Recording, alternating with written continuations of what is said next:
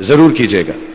मेरे जो वालिद थे, मैंने जैसे बताया बहुत पढ़े लिखे थे, तो उन्होंने बहुत गरीब भी थे, उनको कभी कोई नौकरी नहीं मिली, हार्डली उनके पास पैसे होते थे। जो भी बिजनेस उन्होंने शुरू किया, इतनी तालीम हासिल करने के बाद भी वो फेलियर ही रहा। लेकिन उन्होंने बहुत प्यार दिया, और क्योंकि उनके पास पैसे नहीं होते थे तो मेरे हर जन्मदिन पे अपनी कोई पुरानी चीज मुझको दे दिया करते थे। तो पहली पुरानी चीज जो, और बहुत बड़ा चढ़ा के उर्दू में अच्छे अच्छे अल्फाज यूज करके मुझे इंप्रेस करते थे कि बहुत अच्छा प्रेजेंट दिया है मुझको। तो वो मुझे पहली चीज उन्होंने मुझे, ये मैं हर जगह पर बोलता हूं, स्कूल के बच्चों के फंक्शन पे, येल यूनिवर्सिटी में, एडिनबरा में, क्योंकि आप लोग सब अपनी लाइफ के उस थ्रेशोल्ड पे हैं जहां से आपको कामयाबी हासिल करनी है इंशाल्लाह। सो पहली चीज जो उन्होंने मुझे दी थी, उन्होंने मुझे अपना शतरंज का सेट दिया था, टूटा फूटा सा। वो शतरंज हर रोज खेलते थे। हनुमान मंदिर के जो हेड प्रीस्ट थे, पंडित थे, उनके साथ रात को जाके मेरे वालिद जो हैं शतरंज खेलते थे। और उन्होंने मुझे कहा कि शतरंज से आप जिंदगी के बारे में बहुत कुछ चीजें सीख सकते हैं। पहली ये कि कोऑपरेशन और साथ मिलजुल कर काम कैसे करना है। दूसरी ये कि जिंदगी में आगे बढ़ने के लिए कभी कभी पीछे भी हटना पड़ता है। तीसरी ये कि जो छोटे लोग होते हैं, जो आप समझते हैं, कई लोग ऐसी बात मानते हैं, जो पॉन्स होते हैं, जो प्यादे होते हैं, उनकी सबसे ज्यादा इज्जत करना जिंदगी के अंदर। कोई भी इंसान छोटा नहीं होता, हमेशा हमेशा जिंदगी में काम आता है। और कामयाबी हासिल करने के लिए आखिरी बात शतरंज ये सिखाती है हमको कि कभी कभी जिस चीज से सबसे ज्यादा लगाव होता है, जैसे रानी से अमूमन हो जाता है, कभी कभी उसे भी सैक्रिफाइस करना पड़ता है आगे बढ़ने के लिए। दूसरी चीज जो उन्होंने मुझे दी, मेरे पास है वक्त, 2 मिनट बोल सकता हूं मैं, सॉरी। दूसरी चीज जो उन्होंने मुझे दी थी, वो एक टाइपराइटर दिया था। आज के जमाने में आई डोंट थिंक किसी को, बहुत सारे बच्चे होंगे यहाँ पे जिनको मालूम भी नहीं होगा टाइपराइटर कैसा लगता है। अब सब कंप्यूटर पे काम करते हैं। तो टाइपराइटर के ऊपर जब आदमी लिखता है और अगर गलत लिखता है तो उसको मिटाने में बहुत तकलीफ होती है। So you have to be very diligent, बहुत ध्यान से लिखना पड़ता है। हम गलती नहीं कर सकते। और टाइपेक्स यूज करते थे टाइप को निकालने के लिए, कभी उंगली फंस जाती थी उसकी कीज के बीच में, मगर बहुत मेहनत से, बहुत डिलिजेंस से काम करना पड़ता था। तो जब मैं उस पर टाइपिंग सीखा स्कूल में कॉमर्स करते वक्त, so the only thing I realise is that practice makes you perfect.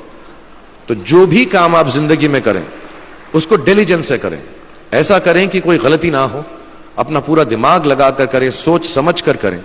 ऐसे करें कि यह काम जिंदगी में आपका पहला काम है और इसके बाद आपको मौका नहीं मिलेगा, और शायद यह काम आपका जिंदगी का आखिरी काम है, इसके बाद फिर मौका नहीं मिलेगा। So do it with that kind of diligence. तीसरी चीज उन्होंने मुझे कैमरा दी थी, क्योंकि बहुत गरीब थे, वो कैमरा चलता नहीं था बिल्कुल भी, सिर्फ उसके व्यू फाइंडर से बड़ी अच्छी अच्छी तस्वीरें दिख जाती थी, लेकिन खिंचती बिल्कुल भी नहीं थी। और इससे मुझे उन्होंने सीख दी कि जो हमारी क्रिएटिविटी होती है, हम जो भी, कभी कभी हमारी हॉबी होती है, कभी कभी हमारा उससे प्यार होता है, लेकिन हम उसको अपनी नौकरी नहीं बना सकते, अपना काम नहीं बना सकते। बहुत कम लोग ऐसे फॉर्चुनेट होते हैं जैसे मैं हूं कि जो मेरी हॉबी थी, जिस चीज से मुझे प्यार था, कलाकारी से, एक्टिंग से, वो मेरा पेशा भी बन गया। अमूमन ऐसा होता नहीं है। लेकिन जो हमारी कला है, चाहे वो पोएट्री है, चाहे वो लिखना है, चाहे वो पेंटिंग है, चाहे जो भी चीज, गाना है, अकेले में गाना है, हमारी क्रिएटिविटी जरूरी नहीं है कि दुनिया एक्सेप्ट करे। जैसे उस कैमरा की तस्वीरें दिखती नहीं है, लेकिन उसमें देखने से खूबसूरत लगता है हर कुछ, वैसे ही आपकी जो क्रिएटिविटी है वो अपने लिए रखें। क्योंकि जिंदगी में कभी ना कभी, कहीं ना कभी ऐसा मुकाम आएगा जब आप बहुत अकेला फील करेंगे। हो सकता है दुख का समय भी आए, उस वक्त आपकी जो क्रिएटिविटी है वो आपकी सबसे अच्छी दोस्त होगी, दुनिया उसको माने या ना माने। मैं बहुत खराब पोएट्री करता हूं, लेकिन जब भी दुखी होता हूं तो लिख लेता हूं। सराफ साहब से मैं अब सीखना भी चाहता हूं। मैं रेखता पे जाऊंगा, मुझे लगता है ये कमाल की साइट है, थोड़ी मैं शायरी वगैरह सीखूंगा। मेरी शायरी बहुत खराब है कि हमने तुम्हारी याद में रो रो के टब भर दिए, वो आए और नहा कर चल दिए। इस लेवल की पोएट्री है। लेकिन जब दुख होता है, ये भी बैठकर जब लिखता हूं तो बहुत दिल को शांति मिलती है। आखिरी चीज मेरे वालिद जी ने मुझे दी थी, वो दोनों मिक्स है, मैं जल्दी खत्म करता हूं क्योंकि आप लोगों के पास वक्त नहीं है, आप लोगों को अपनी डिग्रीज लेनी है, सोच रहे होंगे इतना वक्त जाया कर रहा है हमारा ये। तो मैं जल्दी से बताता हूं। एक, उन्होंने मुझे कहा एक सेंस ऑफ ह्यूमर हमेशा रखना जिंदगी में। हंसते हमेशा रहना, एक चाइल्ड लाइक इनोसेंस जरूर रखना। जैसे एक छोटे बच्चे की जो एक इनोसेंस होती है, जो उसका दुनिया की तरफ जो नजरिया होता है बड़ा इनोसेंट सा होता है, उसमें कोई खामी नहीं होती, गलती नहीं होती, अभी दुनियावी बातें नहीं आई होती, तो वैसे ही रखना। कई बार बचपन में मैंने जब बदतमीजी की या कोई गलत काम किया तो उन्होंने सेंस ऑफ ह्यूमर से मुझे बचाया।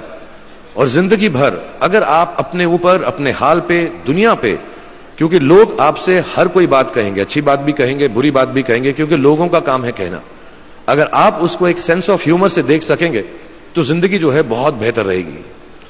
And last not the least, what my father gave me, what my mother gave me and what your parents have given you, आपके जो पेरेंट्स हैं जो आपको दिया है, वो सबसे बड़ी गिफ्ट है, गिफ्ट ऑफ लाइफ।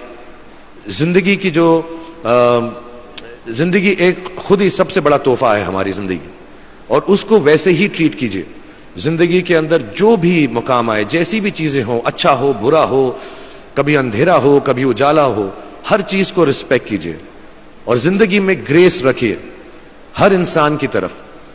हर इंसान जो भी आपसे जो भी बात करेगा वो अपनी मुसीबत के हिसाब से करेगा, अपनी हैसियत के हिसाब से करेगा। कभी गलत बात भी बोलेगा, ऊंची बात भी बोलेगा। जब आप काम करेंगे, जब आप बड़ी बड़ी कंपनीज के अंदर नौकरी हासिल करेंगे, आपका हमेशा झगड़ा रहेगा, जो मेरा जूनियर है वो ऐसी बात करता है, मेरा सीनियर जो है ऐसी बात करता है। लेकिन सब जो है जिंदगी से जूझ रहे हैं, इस जिंदगी में कुछ बनने की कोशिश कर रहे हैं। सो वो ग्रेस जो है, वो लीवे जो है, हर किसी को दीजिएगा जो आपके साथी हैं, जो आपके साथ साथ काम कर रहे हैं, जो आपका साथ काम नहीं भी कर रहे और जो आपका साथ नहीं भी दे रहे।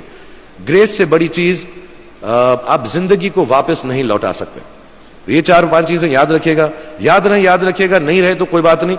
आप लोग बहुत कुछ अभी इस जगह पर इल्म हासिल कर चुके हैं और मुझे उम्मीद है और मुझे यकीन है कि आप जो भी करेंगे जिंदगी में बहुत कामयाब होंगे। और फिर से मैं मौलाना आजाद नेशनल उर्दू यूनिवर्सिटी का शुक्रिया अदा करना चाहूंगा कि मुझे यहां पर बुलाया, आपसे मुखातिब होने का मौका दिया। थैंक यू वेरी मच, बहुत बहुत शुक्रिया। और आप, मुझे मालूम है कुछ टीचर्स जो होंगे यहां पर बैठे होंगे जो आपके फेवरेट नहीं भी हैं, जो बहुत स्ट्रिक्ट होंगे, डांटते भी होंगे आपको, उनको सबसे ज्यादा याद रखिएगा जब आप इस यूनिवर्सिटी से बाहर जाएंगे, क्योंकि जो सबसे ज्यादा टीचर आपसे स्ट्रिक्ट थे वो एक्चुअली सबसे ज्यादा आपसे प्यार करते थे। Thank you very much for having me here.